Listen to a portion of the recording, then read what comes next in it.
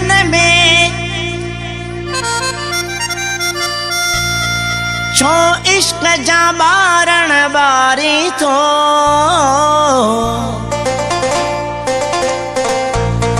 सुना मुझे मन में छो इश्क जा बारण बारी थो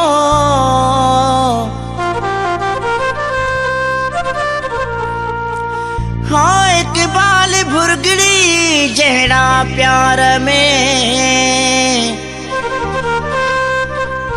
छो दिल बर यार खारी थो।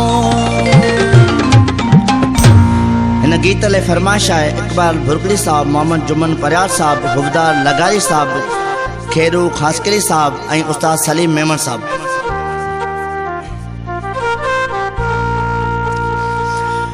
मुखे शहर बठोरे छड़न ते मजबूर न एडो कर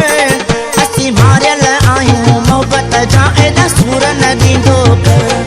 असी मारियल आयूं मोहब्बत जा एडा सूर न दींदो कर मुखे शहर बठोरे छड़न ते मजबूर न एडो कर असी मारियल आयूं मोहब्बत जा एडा सूर न दींदो कर असी मारियल आयूं मोहब्बत जा एडा सूर न दींदो कर।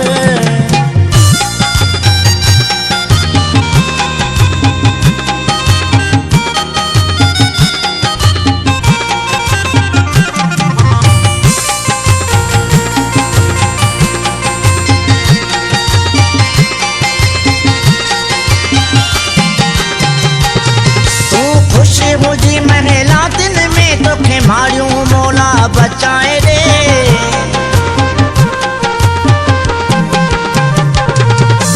खुश हुजी महला दिन में तोखे मारियूं मौला बचाए रे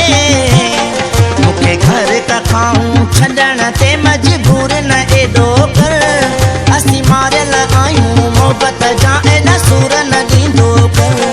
असी मारियल आयूं मोहब्बत जा एडा सूर न दींदो कर।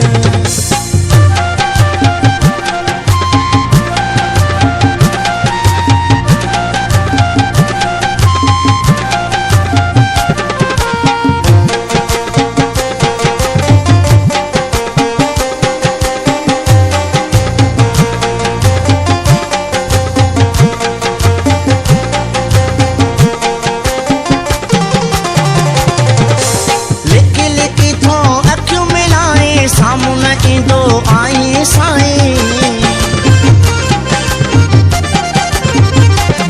ओ लिकी लिकी थो अखियूं मिलाई सामुन इंदो आई साईं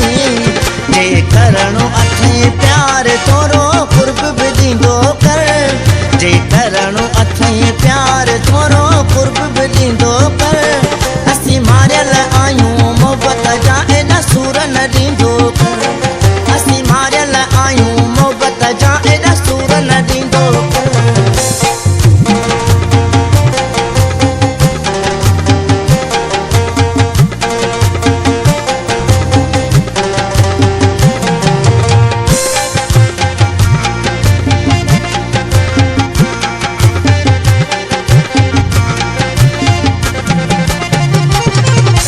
पाए नकाब जॾे घुमी तो आशिक कई जलाए छॾी थो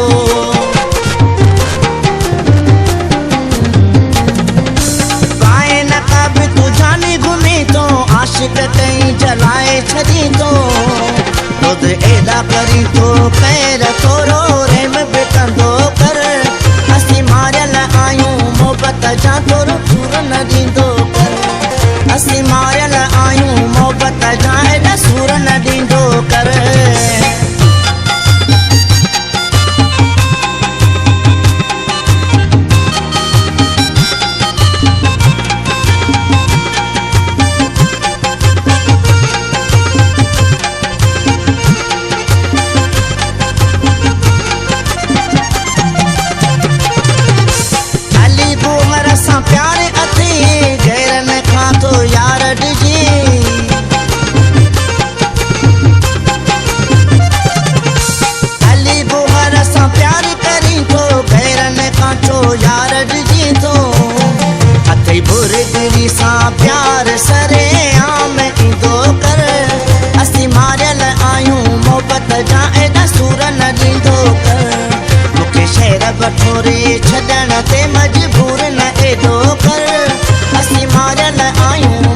मोहब्बत जा